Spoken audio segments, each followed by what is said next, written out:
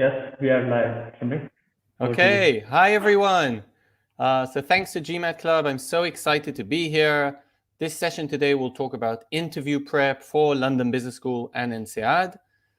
If you're watching this session, I hope you know these schools. I hope you apply to these schools. I hope you received the presentation to these schools. If you didn't, I think that's still okay. I hope you'll gain quite a lot from this session. So just a bit about myself. My name is Shimri Winters. I'm the head of the strategy at ARINGO MBA Admission Consulting. I'm a London Business School alumnus.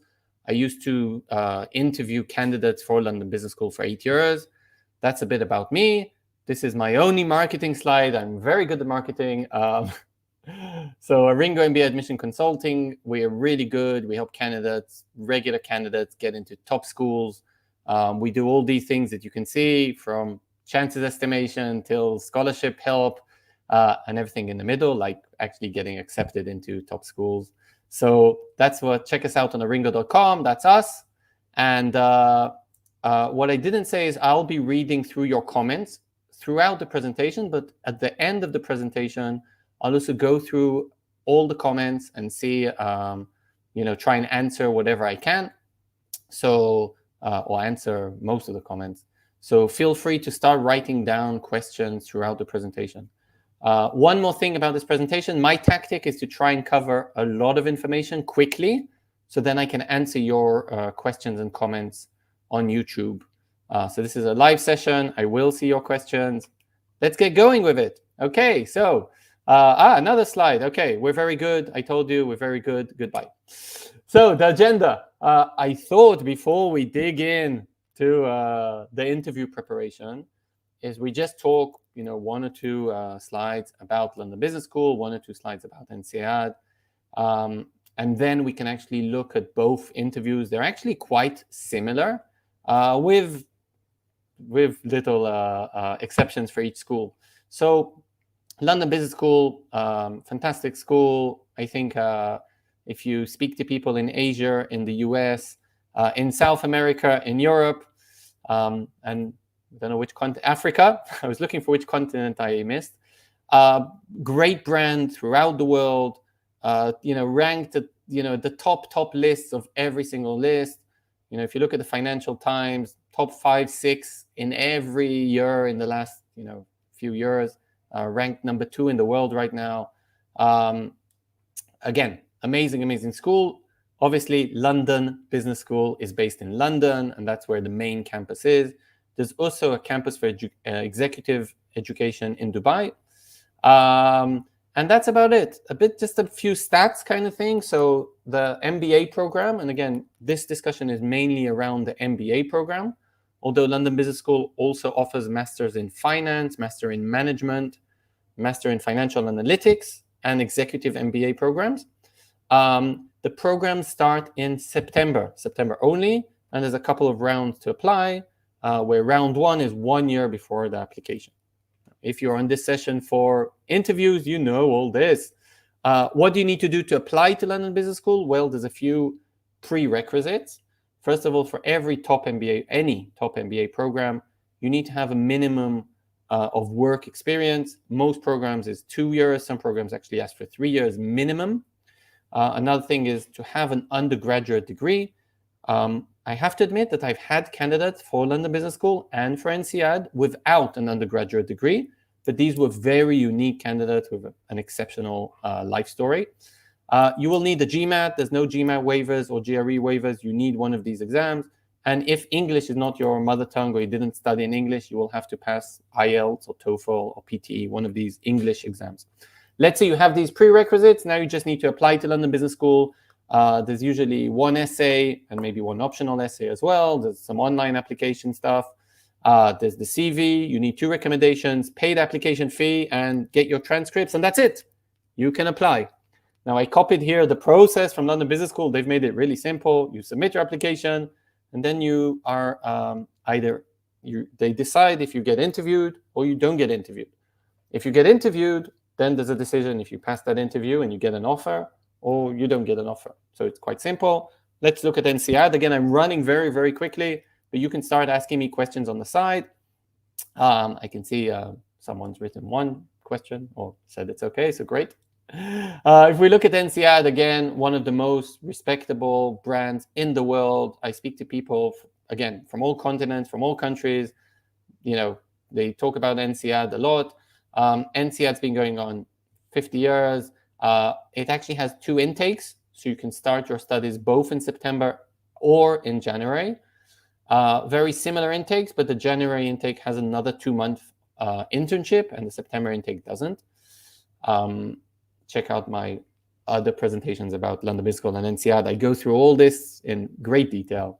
Ranking, I think INSEAD was ranked number 1 in the Financial Times in global MBA programs, like 3 or 4 out of the last 5 years. So amazing ranking.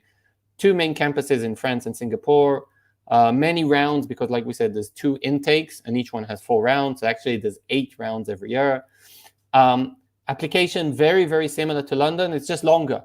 Okay, so at London there was 1 essay. INSEAD has 6 essays or 7, depends how you count the career essays.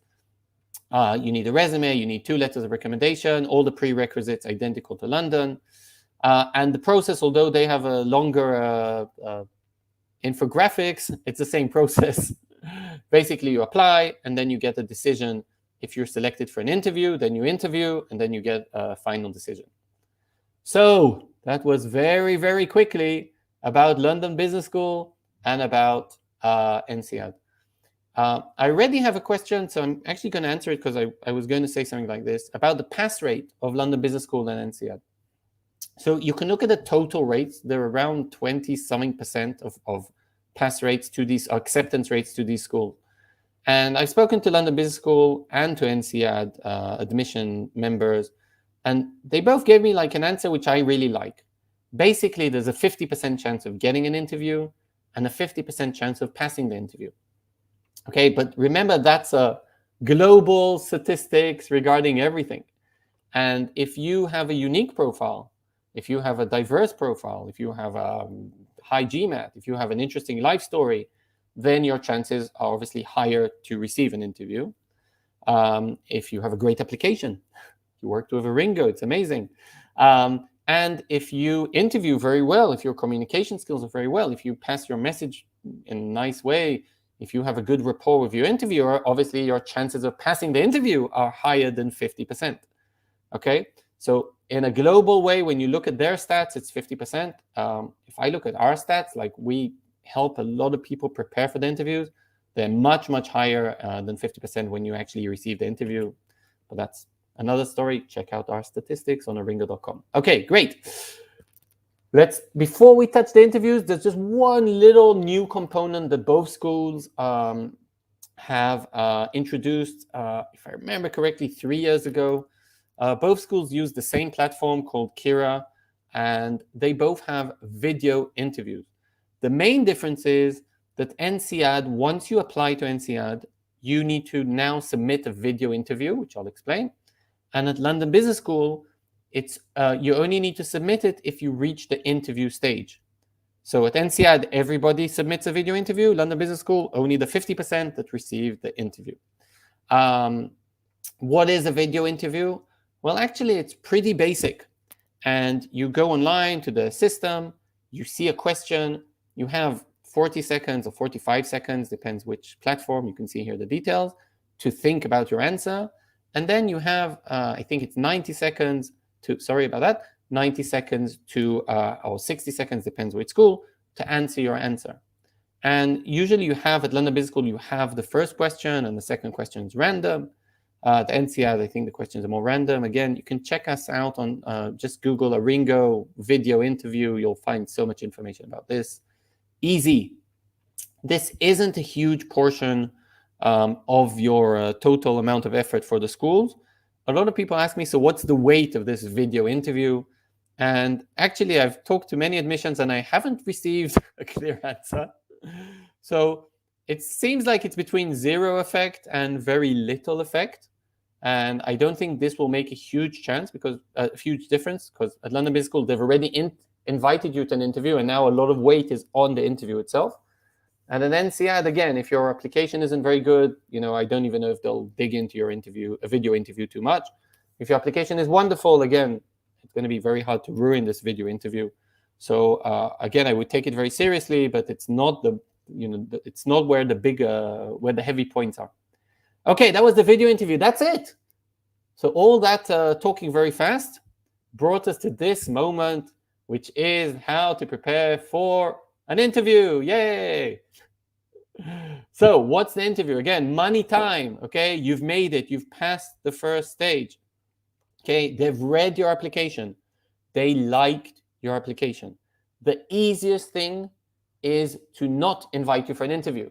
Don't think it's easy to invite you for an interview. So this is a great achievement. You've made it. Now we have to go to the next stage. Who interviews you? In these two schools, London Business School and INSEAD, it's usually, in most cases, for the full-time MBA, alumni.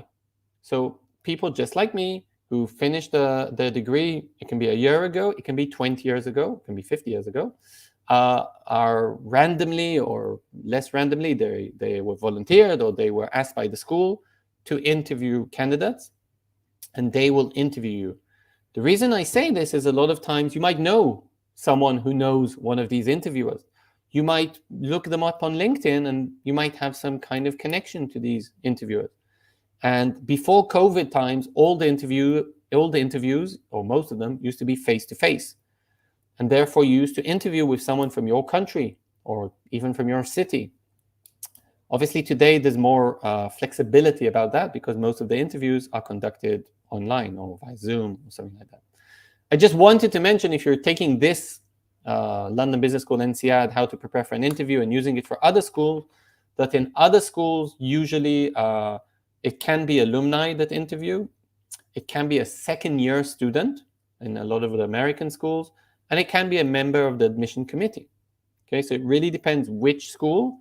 And also, there's sometimes some random things. Okay, I've seen at London Business School suddenly adcoms interview, and I've seen second-year students interview for Chicago, where I'm used for alumni to interview. So I have seen different things. So again, check out who's interviewing you, because you might want to prepare to talk in that kind of way to the interviewer. Okay, fine. I received the interview. Yay! Now what? Okay, first of all, just read the instructions. I know this sounds really, really basic, but sometimes you need to contact the interviewer. Sometimes you just receive the message. We received the message from London Business School Round 1 interviews. I think it was a couple of days ago, can't remember. And we didn't receive the names of the interviewers yet. So people received, you have an interview, great. And we will let you know in a week who your interviewer is. So just read it, just make sure, don't panic. Okay, just try and understand what's happening there. A lot of the times you will receive the name of your interviewer and you need to contact them. So then it's up to you, don't wait for the interviewer to contact you. He's an alumnus, working, he's doing a favor to the school. No one's paying him for this. You need to contact them, make sure the interview is conducted on time. You'll usually get a time slot, etc. Definitely, check your online presence. Okay, this I always recommend. Google yourself, but it's fine to Google the interviewer. Okay. At ARINGO, after our candidates interview with people, we interview them. So we have a lot of intelligent reports on interviewers. We know a lot of times what interviewers used to ask. And it's absolutely fine to ask your friends if they interviewed with them. Check these people out on LinkedIn. Try and understand who they are. Are they married? Are they? Where do they work? What year did they go to the school? Do you have any common background with them that they might find interesting? I think that's absolutely fine. Obviously, the next stage is prepare answers to common questions. Okay, and that's what we're going to go through. And maybe then, maybe try and think about specific questions that this interviewer might want to know about you. For example, if I have a very big gap in my CV, that's probably going to come up. If I have a very interesting hobby, if I'm just going to throw that out to the air and not think that the interviewer might ask me, well, that's wrong. Okay, so you have to prepare for every part of the interview.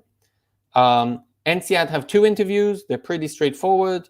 London Business School do 1 interview, and there's 1 element called a presentation, only at London Business School, and I'll go through that later. Okay, so here's some obvious tips before we actually dig in to specific examples and questions of interviews. I'm just reminding you, you can keep asking me questions on the YouTube live, and I will go through all of them. The plan for this presentation, I'm now going to dig into some common questions, explain about what the schools are looking for, and then answer your questions. So I will get to all of them. So I just put here some general tips. I don't think I need to read them too much. You can freeze this if you're watching it in delay and record whatever questions here you want, take a picture. But again, what's very, very, very important is to respect the interviewer. I know this sounds silly, but I had a candidate a couple of years ago who, I think he was away, I think he was abroad, and he got the interviewer name, and he contacted the interviewer like very late in the game, and he said, listen, I can only interview next Tuesday at lunchtime. Now, I kind of know this interviewer, she contacted me and kind of said, I hope this isn't one of your candidates because this idiot is giving me time, like, he didn't give her any respect, okay? Like, you know, you can say, I'm abroad, I'm so sorry, I'm available on Tuesday, I hope that works for you. Or you can say, listen, I'm really busy at my work this week, but I'll make myself available any day next week, or any day, any time after 3 o'clock, or you know, you can explain why you can only be available certain times. Obviously, come on time, close your cell phone, you know, all this kind of stuff. Try not to bullshit too much in an interview, okay? Try and, you know, speak the truth. Obviously, we're all trying to impress, but you know, what worked sometimes on paper, maybe you wrote an amazing achievement, is going to be sometimes very hard face-to-face when you're asked questions. And remember, the interviewer can dig in, okay? And he'll ask you, what's your biggest achievement? And then you'll say something, and then he'll dig in and ask you, okay, but why didn't your manager do that? And why didn't the other team member do that? And how come you, that are just an engineer at Amazon, are claiming to bring $600 million of business to Amazon? And like, he's going to ask you questions. So just try and be honest, try and make a good impression, and it should be okay. Now let's try and dig into the big questions. And again, you can look on our website. There's lots of information about how to interview.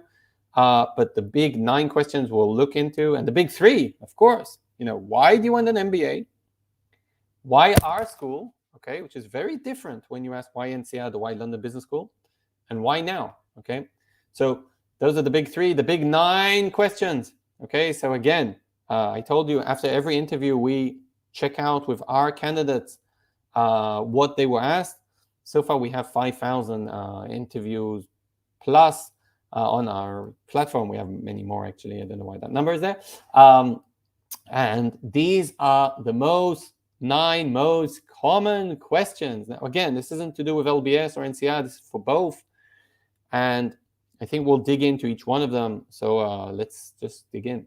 So the first question is actually very, very popular for London Business School and INSEAD. And the reason is, it's a question that a lot of times when an alumnus interviews, he asks this. A lot of times when adcoms interview, they don't ask this question. So again, you have to prepare it. But you know, if you're not asked, you're not asked. Both at London Business School and at INSEAD, they will receive your application. That means they have your CV in front of them.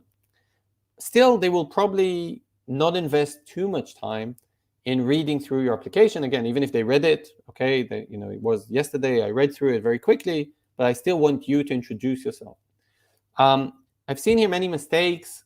Okay, don't be spontaneous, practice. Every answer usually should take between a minute and a half, maximum 2 minutes if it's something with a long example.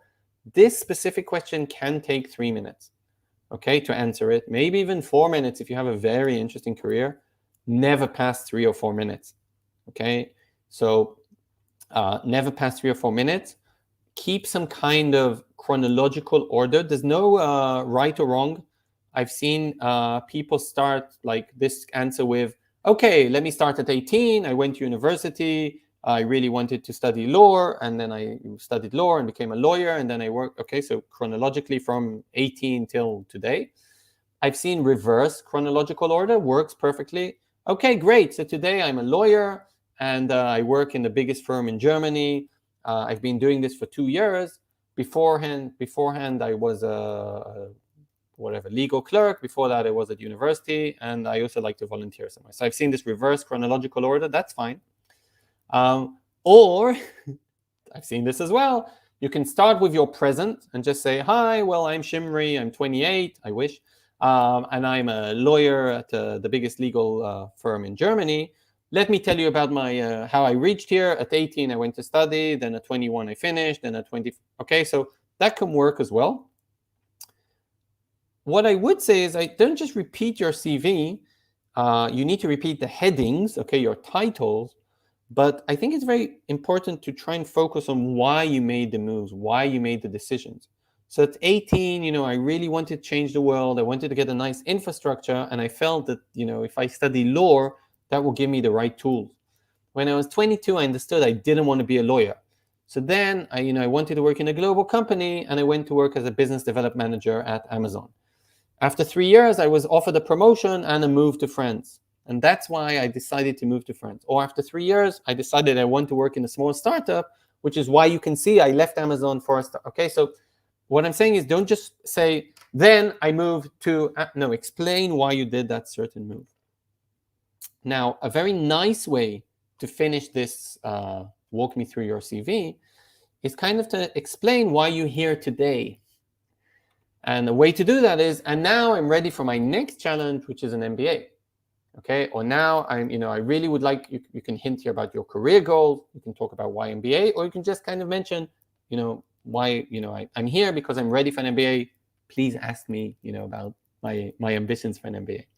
So that's a bit about walk me through your resume. One last thing that I didn't write down is, a lot of times people ask me, is there a difference between walk me through your resume and tell me about yourself? Now, we've had this discussion at ARINGO forum maybe 1 million times.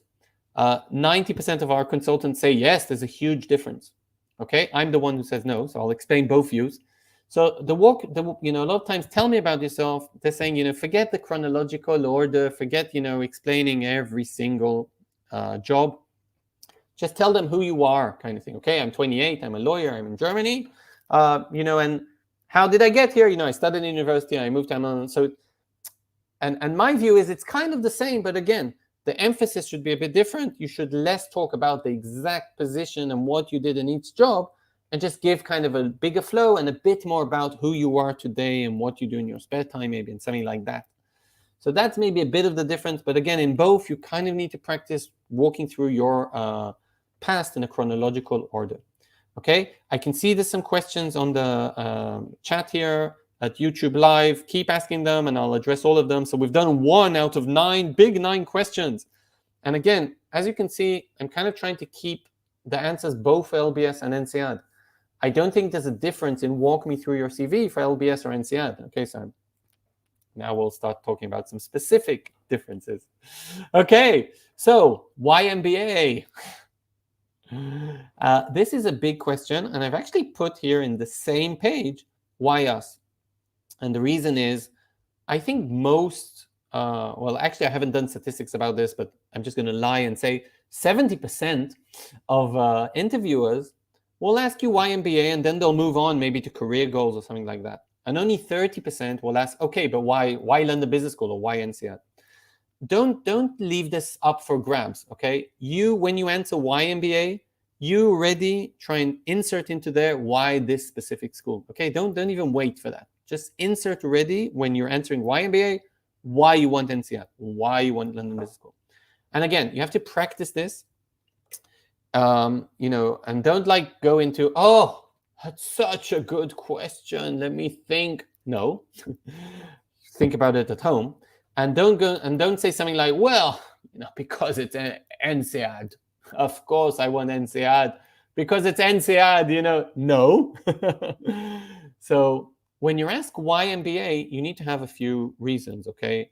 And the reasons can be, first of all, it's a degree, okay? And I want to learn in the MBA. I want to learn certain things, and you can mention what you would like to learn, okay? I really want to learn microeconomics and strategy and finance, and this is the only degree that combines those together. So that's one reason why I want an MBA. Another reason is I want an international network, which is why I'm not doing my local MBA here in my home country, but I want to go to INSEAD or London Business School. And now you can also kind of say a specific reason for your school. And I know London Business School has a diverse class of 70 nations and 90% foreigners, and I really would like to join the finance club because London is the center, or Singapore is the center for Asia. So now you start, so your third bullet can be already something specific about that specific school. So again, I strongly advise to kind of try and insert why this specific school in your why MBA answer. If you are asked, why specific school, yes, no problem. Okay, do a lot of research about the school. You need to know at least the names of 2 clubs, of 2 professors, of something interesting. Did you know that London Business School has a pub, Windsor Castle, which is connected with a secret door from in London Business School to the pub? Okay, that's something that you kind of need to know. Okay, because you need to explain to London Business School interviewer why you want London Business School. Okay, because the flexible curriculum, because the location. Why do I want INSEAD? Because there's no other degree I can finish within 10 months and go back to my job. And there's no other degree I can do half in Asia and half in Europe. Okay, so you need to kind of know these specific things.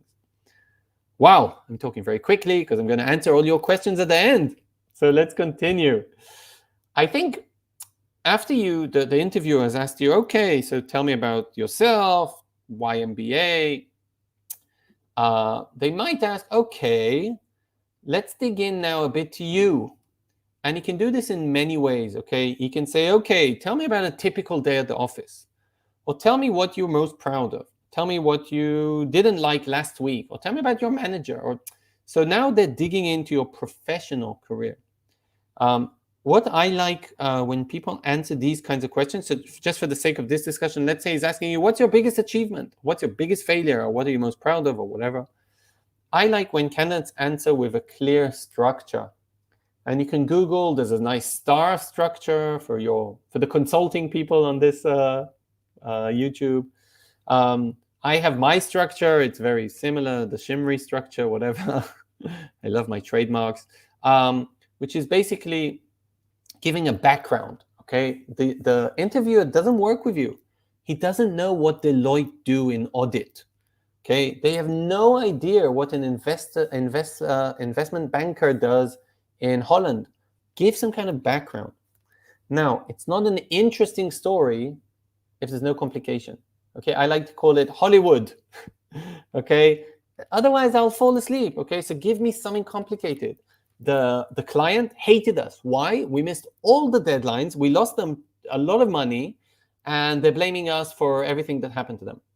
Or the 2 teams I had to work with, they don't talk to each other. Or my manager, well, she went on maternity leave, and there was no one to manage the project. Or we were missing a lot of information, whatever. So make it complicated.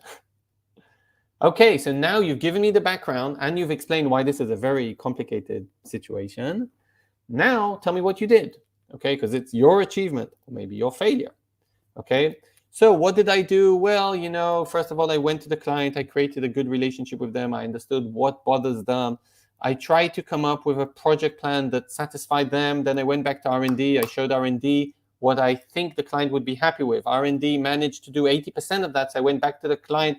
I then talked to my manager, who talked to his manager, okay, what did I do? Now, again, what I explained was a bit boring, but try and explain how you tackled the complication. And there's no achievement without a result, okay? Without someone seeing what you did and saying that was good. Now, what can the result be? It can be something your manager told you, you did a great job. It can be the client who said you did a great job, or your counterparty. It can be some kind of number. Okay, and I'm so happy we managed to close the deal, or we did an upsale of $3 million, or I managed to save the client or save our company 17% year on year, whatever. All these are quantifiable results.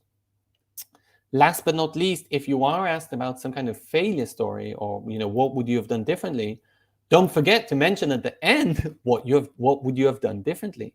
Okay, so what's the lessons learned of this project?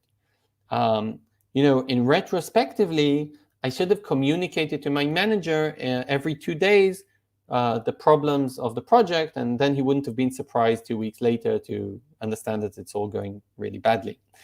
Retrospect, or now that I think of it, or straight after the project, I discovered a much better way to manage my time, and now I concentrate 80% of the time on 80% of the clients, but then I only allocate 20% for the 20% clients, or whatever. Okay, so now I do something differently, because obviously if I fail the first time, I don't want to fail the second time. I want to do something better, different.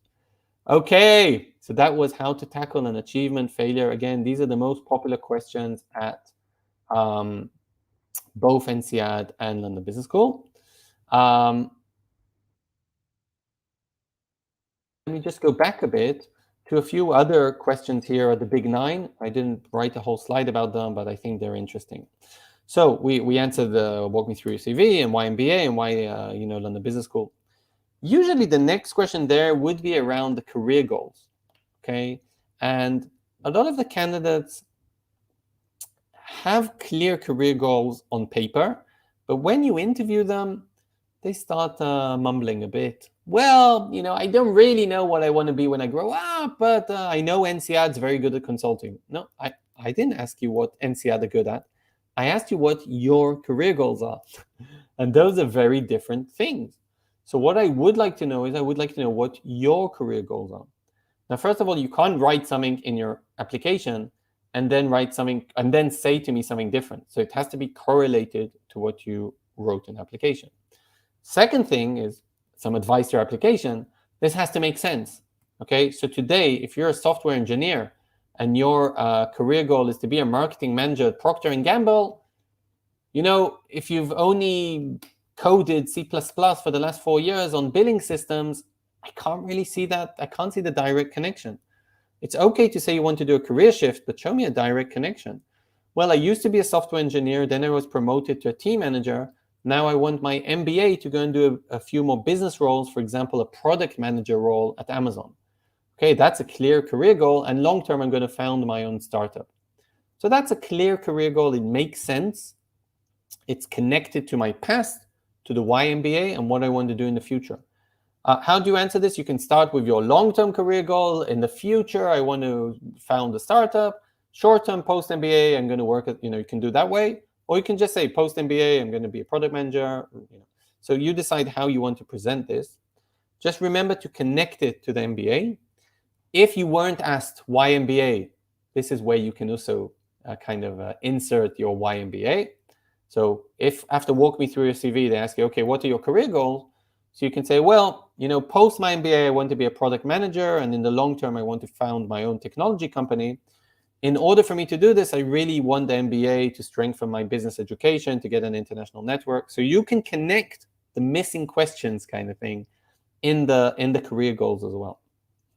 Don't forget, if you weren't asked why London Business School or why INSEAD, you can insert the why London Business School or why INSEAD in the career goals as well. And in order for me to make it to Amazon, I really plan to be an active member in the technology club and in the women in business club.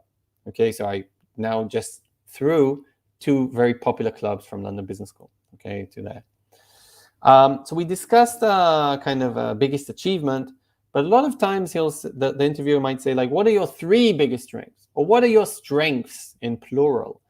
Or if I went to your workplace, what would your colleagues say about you? Okay, which is kind of the same question. What are your strengths? To answer this, again, you have to be very modest. Okay, you can't go and say, well, first of all, I'm the best. Second of all, I'm amazing. Third of all, my mom says I'm really handsome. No, don't say those.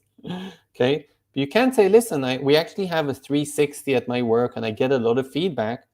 And I've heard from my manager that one of my biggest strengths is my out-of-box thinking. For example, we had this project where everybody was stuck, and I managed to get the project going. Another strength of mine is my communication skills. I can really communicate to anyone. I'm in charge of the social activities. And a lot of times people come to me when they're in need for just to talk to someone. I feel this really helps both on a personal level, but also on a professional level. So here are 2 strengths, and I kind of showed an example. Weaknesses is actually a very tough question. I don't like it. I don't like it as an interviewer. I always see my interviewees put on the spot. And when I prepare people for an interview, and I prepare them for this question, I'm always worried because they actually have two options.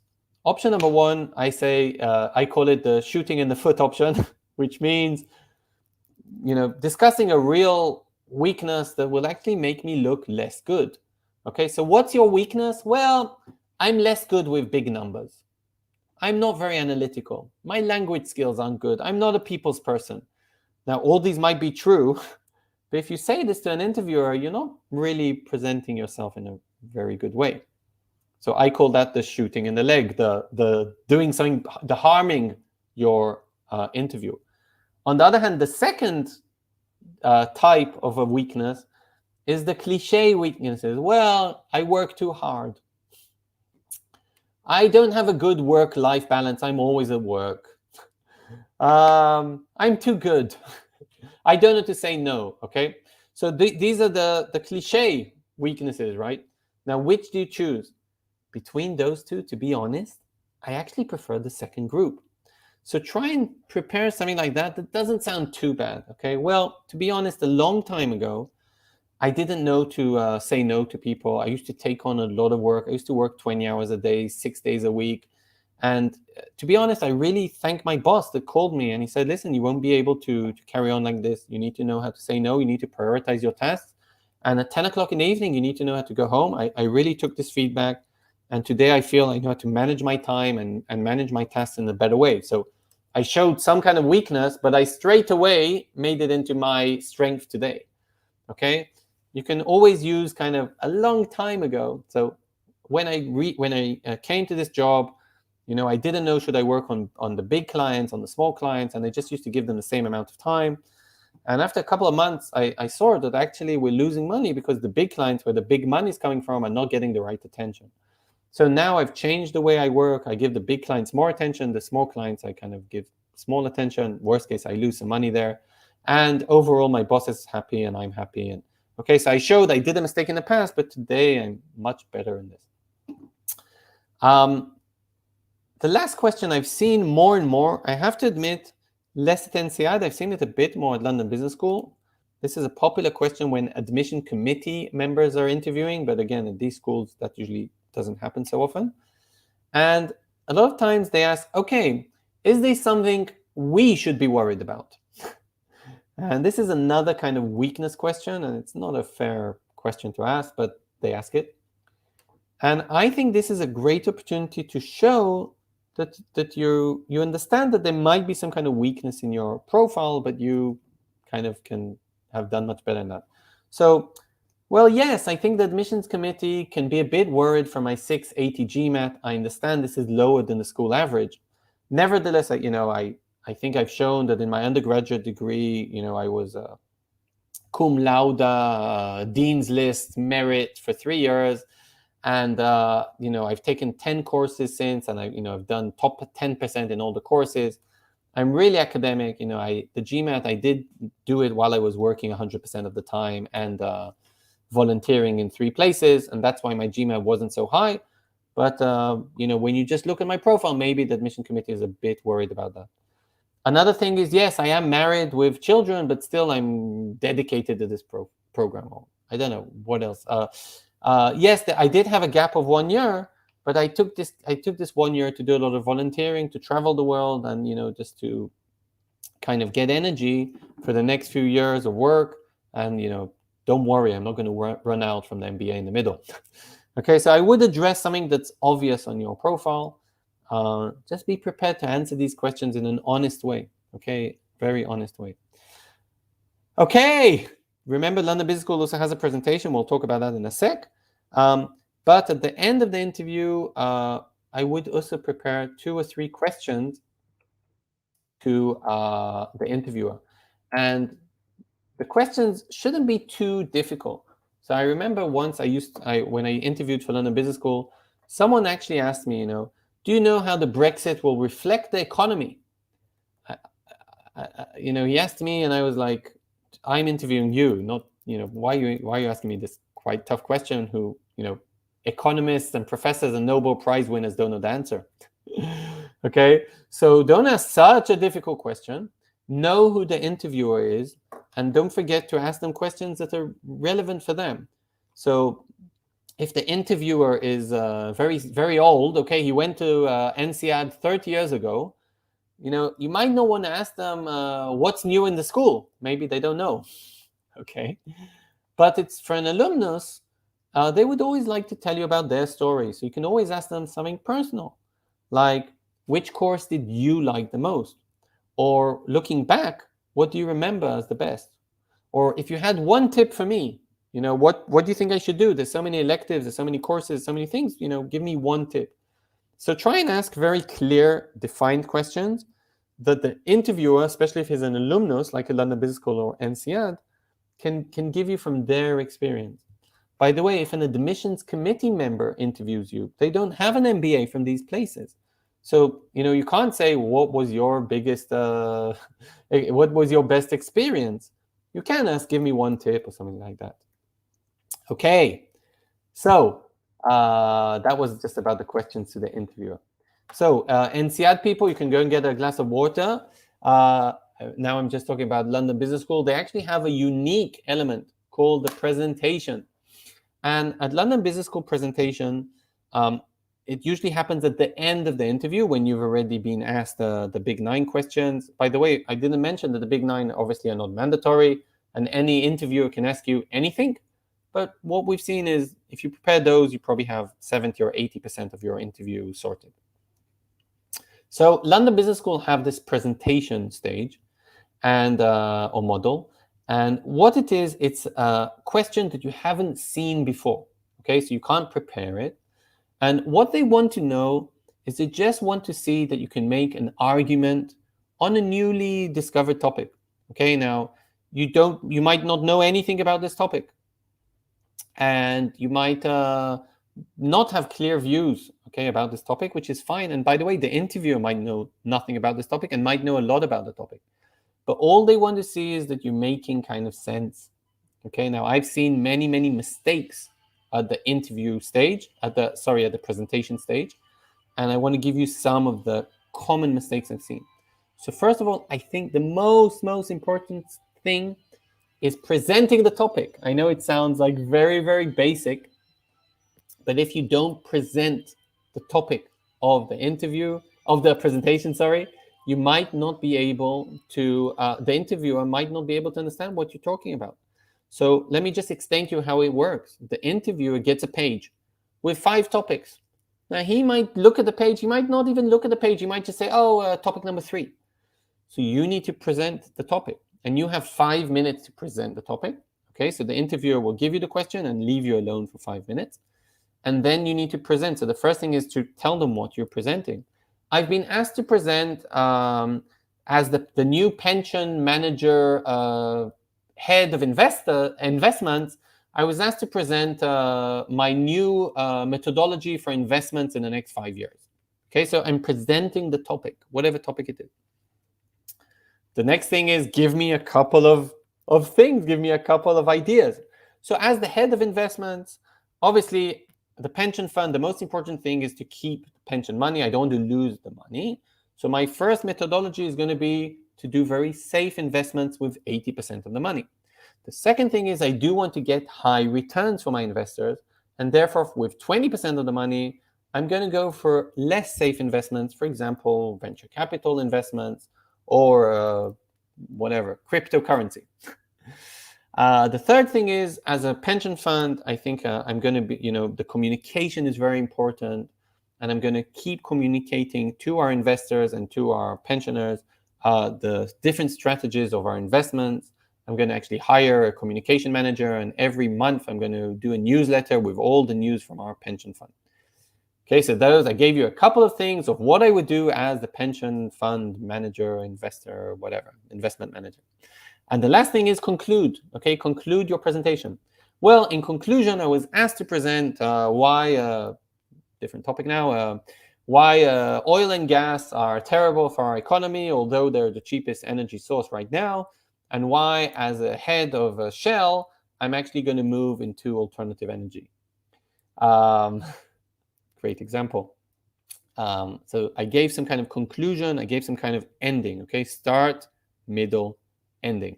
And just the third obvious thing, obviously answer the question. Trust me, this is a very tough part of the interview. You haven't prepared anything. Just make sure you're answering the question. Read it twice. Make sure that you actually answer the question and not just giving me your view about alternative energy. But I didn't ask that. I asked, as the new Shell CEO, what would you change in the next 10 years? I didn't ask you about your views. I asked you, what would you change? A, B, C. Okay, so that's the LBS presentation, not an easy part. Okay, so we've actually finished. And I'm going to answer all your questions, I hope. But I just wanted to give you a couple more tips. Okay, so again, I used to interview for 8 years for London Business School applicants. And I hated applicants who didn't answer the question. So annoying. What's your biggest achievement? Well, let me tell you how clever I am. I'm so good. Or what's your biggest failure? Well, actually, I've never failed. No, tell me a failure. What are your career goals? Well, I'm not sure. No, you need to be sure. Why MBA? You need to be sure. Okay, so you need to give me answers to my questions. Make sure you answer the question. Like I said, time your answers. Okay, maybe 3, maybe 4 for walk me through a CV, up to 1.5 minutes, maximum 2 to answer other questions. Obviously, respect the interviewer. Don't be late. Contact them on time. Everything else. Be sure to tell the interviewer how much London Business School or INSEAD are your #1 school. Okay, very, very important. I actually interviewed someone and I said, which of the schools did you apply to? And he said Harvard, Stanford, Columbia, and INSEAD. And I said, that's great. Like, which school is which number is London on those lists? He said, yeah, if I don't get into Harvard or INSEAD or Stanford, I might consider London. And I was like, well, I don't think London will consider you. We really want people who want to come to our school as their #1 choice. So just make sure that the interviewer knows that. I put here kind of name dropping. So I didn't have this so many times when I interviewed, but I remember a specific case where at the end of the interview, like we got up, we shook hands. It wasn't such a good interview, just to be honest. He didn't pass. But then he kind of said, oh, yes, Tom asked me to say hello. And John. And Rupert said, you're a nice guy. And I was like, okay, why are you name dropping so many people? And okay, if someone wants to say hello, I understand. It was a bit aggressive kind of thing. And I don't owe anything to Tom, John, and Rupert. Like, I just want the best people to get into London Business School. And I think all alumni want that. They're not looking for the name dropping. They're just looking to get the best people into class.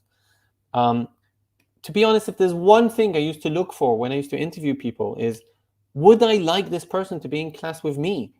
Would I find him interesting? Would I find him, would I want to collaborate with them? And a lot of people are very professional, but they're just very boring. And a lot of people are not professional enough. A lot of people are not educational enough. And I think all these 3 elements, so you have to be quite good at your education, GMAT or past education, your professional experience needs to be important, needs to be relevant and important, something interesting, but also your character. You just need to be a person that I feel I can get along with and cooperate with in class. Because the MBAs are very collaborative. You'll have a study group, you'll study together. And I just want to see these kind of 3 things together. If I see them, you've passed the interview. So be humble. Let your profile and application and character talk for you. And that's it. Once the interview is over, okay, what can you do? Well, not much, okay? And I know a lot of people are biting nails. I get so many WhatsApps and emails. Just had a phone call. We had an interview today. I'm sure they want to tell me how it was and what to do next. Well, actually, you just can't do next. You can bite your nails. You can pray to whoever you want to pray. And you can just wait. Okay, I definitely would thank the interviewer for interviewing you. Do it very quickly after the interview. Okay, up to 24 hours.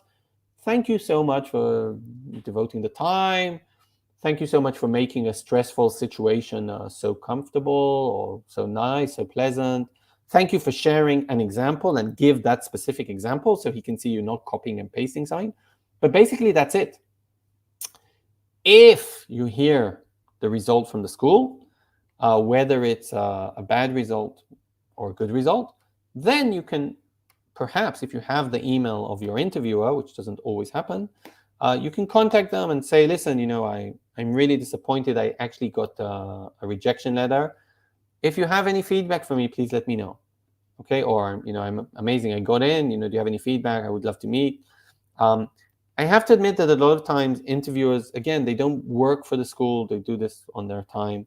And if they didn't like you in the interview and they didn't pass you and you didn't get accepted, I'm not 100% sure all of them would actually give you feedback. So a lot of times they would say, well, I don't know what my weight was, but I thought you were good, and they're lying.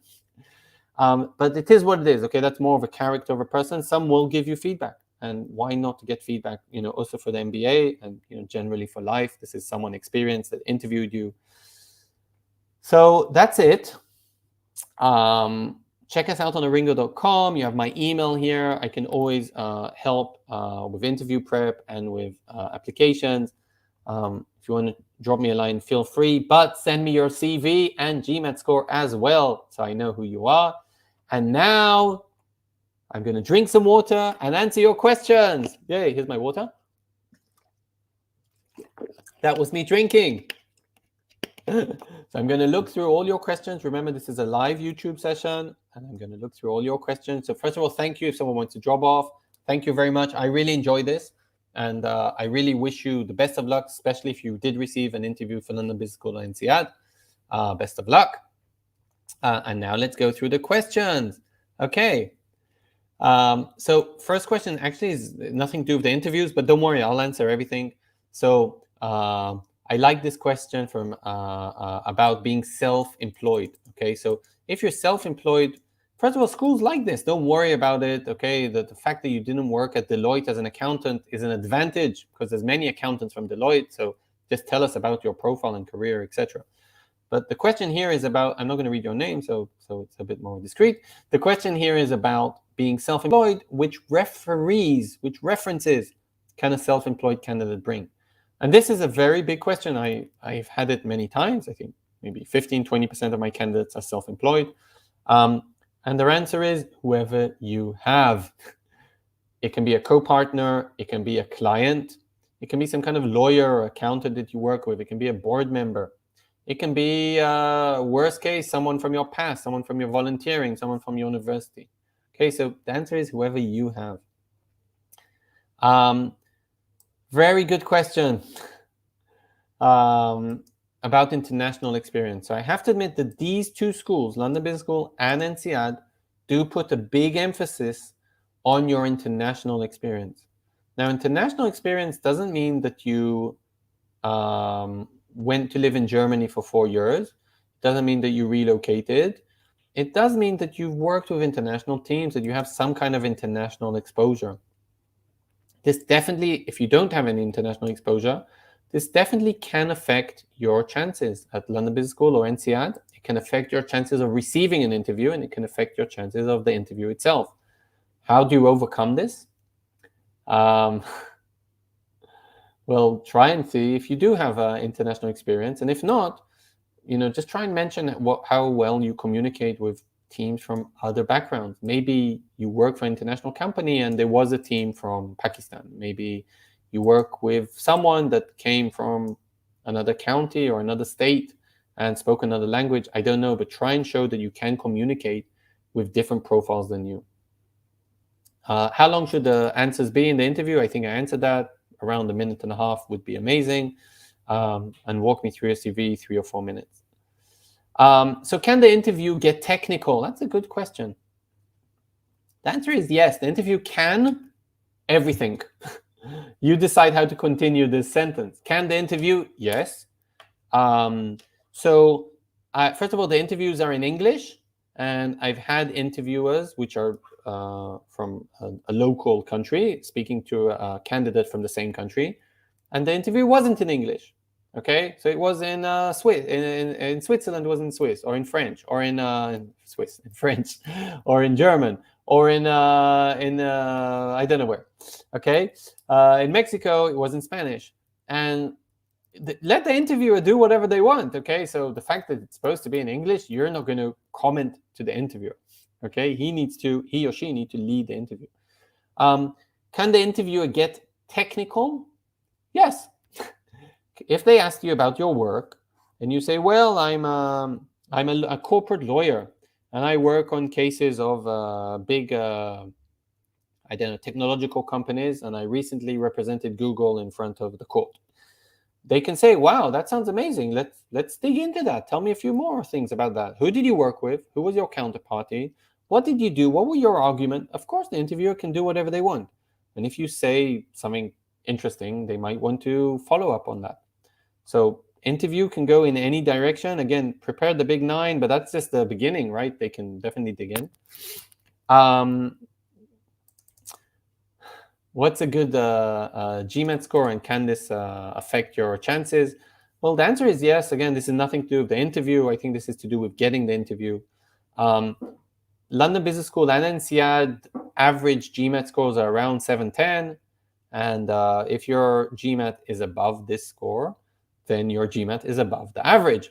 If your profile is also above the average, whatever that means, check out my other videos about how to get into these schools. But if your profile is interesting, you come from a good background, you progressed faster than your peers, maybe you have diversity, I don't know what, international experience, whatever, you tick all the boxes. So that's also above average. So anything above average will increase your chances, including good GMAT. GMAT's probably 30% of your application. So if it's above average, it's above average. Okay, someone asked me about sending an informal resume to LBS. So both these schools, if you check them out online, they have this opportunity. And if you go to their webinars, they'll say this, send us your CV. We'll let you know what we think. There's no harm in doing this. To be honest, this doesn't really help much. If you're a very young candidate or something, they might come back and say you're too young. Or if you're a very experienced candidate, they might say, check out our executive MBA. But if you're a regular, I don't know, candidate that has 4 to 7 years of experience and 1 or 2 promotions and a GMAT, they will probably say, wow, we encourage you to apply, okay? Because their aim is for as many people, qualified people as possible to apply. So you can send this unofficial resume to get some information or not, up to you. It's not such a big deal. Definitely, the next question is, can I ask the interviewer about their experience at LBS? Of course. This is one of the best questions I like asking at the end of the interview. Well, let me actually split this into 2. Let's say I'm the interviewer and I finished the interview. I'm the interviewer and I say, okay, John, thanks so much for the interview. I have to run now because I have another meeting. I really enjoyed it. Goodbye. Okay. So if you're John, the answer to that would be, okay, thank you, Shimri. I really enjoyed it. I see you're in a hurry. Goodbye. Or if I have any questions, may I ask you them via email? Yes, no, bye. Okay, so respect the interviewer. I just told you I'm in a hurry.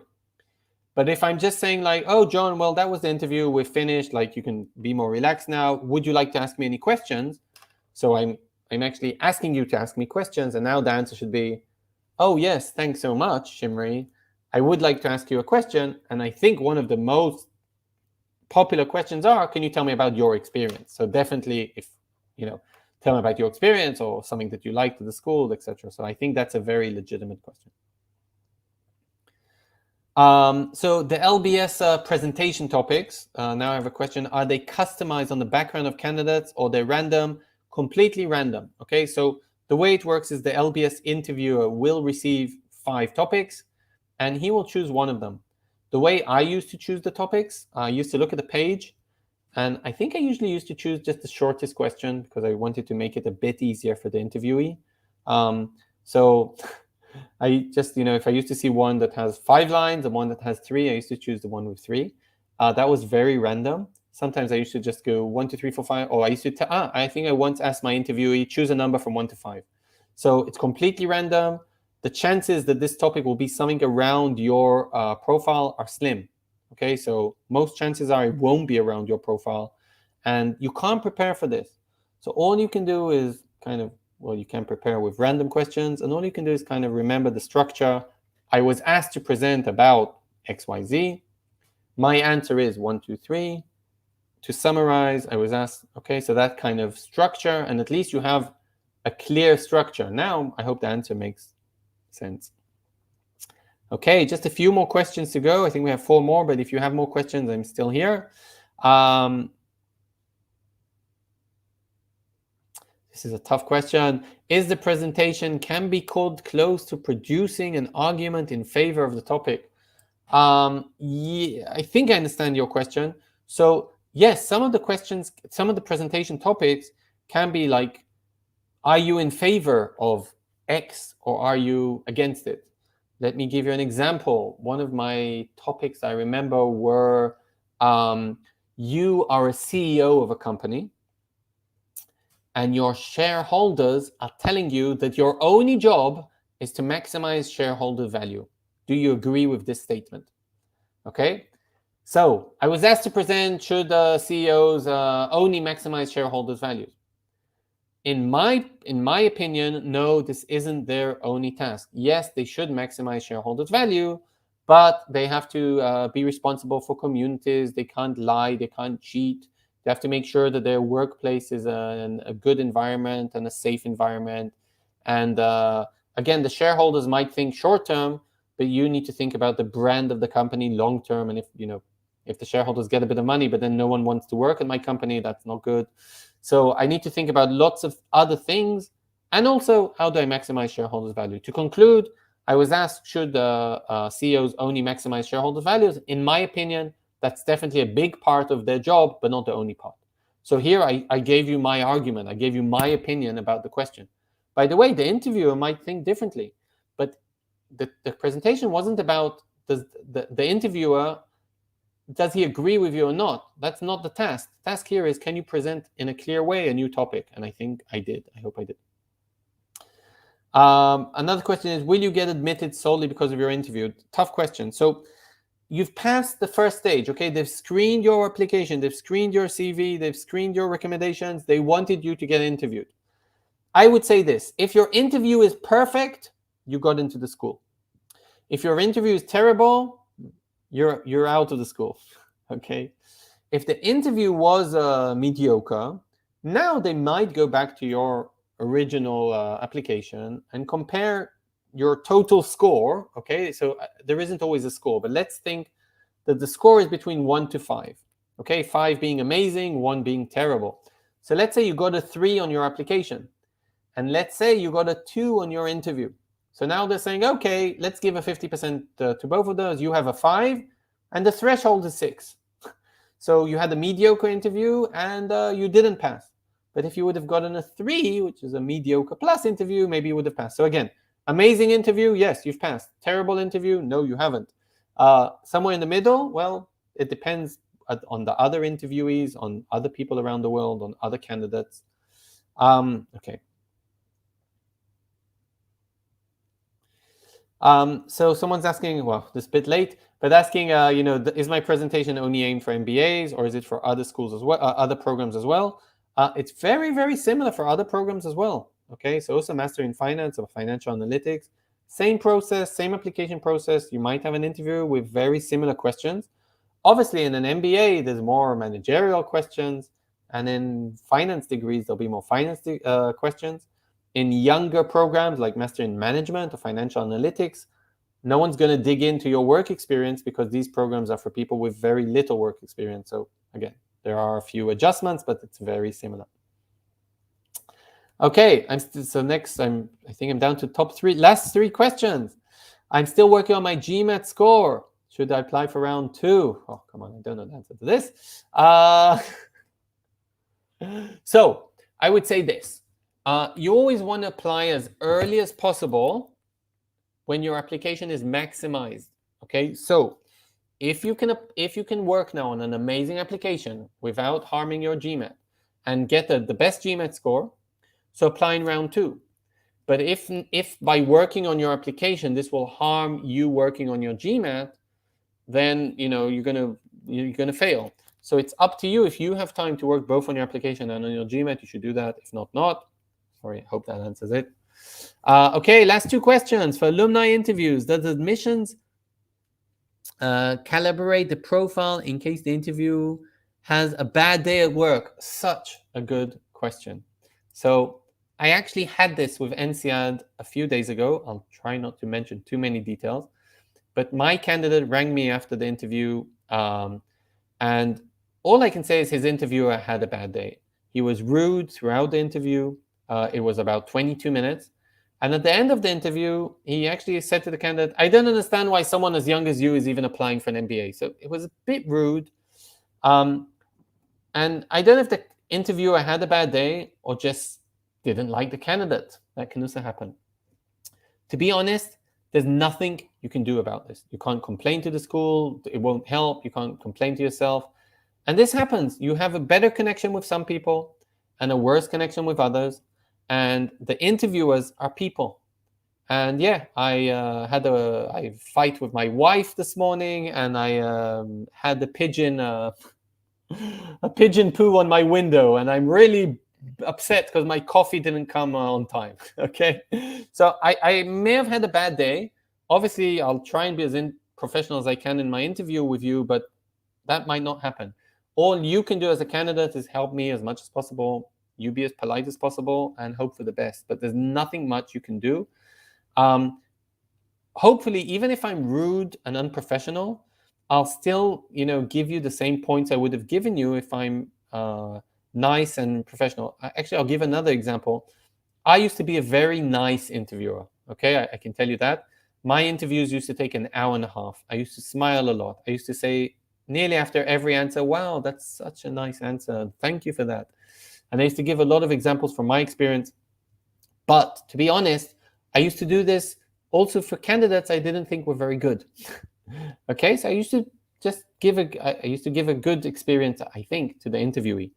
And on the other hand, I know some interviewers who didn't do that. And if the candidate wasn't good, they stopped the interview after 25 minutes. And my interview acceptance rates, let's call it like that, the people who I interviewed that got into London Business School, and my fellow London Business School interviewer who didn't interview nicely, his acceptance rates were the same. So the fact that the interviewer isn't giving you a nice interview, or the environment doesn't feel nice, or you feel he's having a bad day, doesn't mean you won't pass the interview. Okay, last question. Where can you get topics for presentations? Well, try and Google it. I don't know. When we work with candidates on interview preparation, so we give them some topics. I think for London Business School presentation, if you Google some topics, you might find some. And if not, again, just make them up and try and work a bit on the structure that I gave, or contact me and I'll give you some topics. Okay, so we finished. I hope this was okay. I know it was. I was trying to speak very fast, so we answer a lot of questions. I hope you enjoyed this. I think I was very generic regarding any top MBA program, but I did try and give some London Business School and INSEAD advice. Check us out on ARINGO.com. I think London Business School and INSEAD are the schools that have our highest acceptance rates. You can see all our stats online. We used to do interview preparation, of course, and lots of luck to you guys applying for MBAs. I'm Shimri. Thanks very much. And again, feel free to send me your profile and your CV and GMAT to my email, and I can help you with specific advice. That's it. Thank you, GMAT Club, and see you in our next presentations. Bye-bye.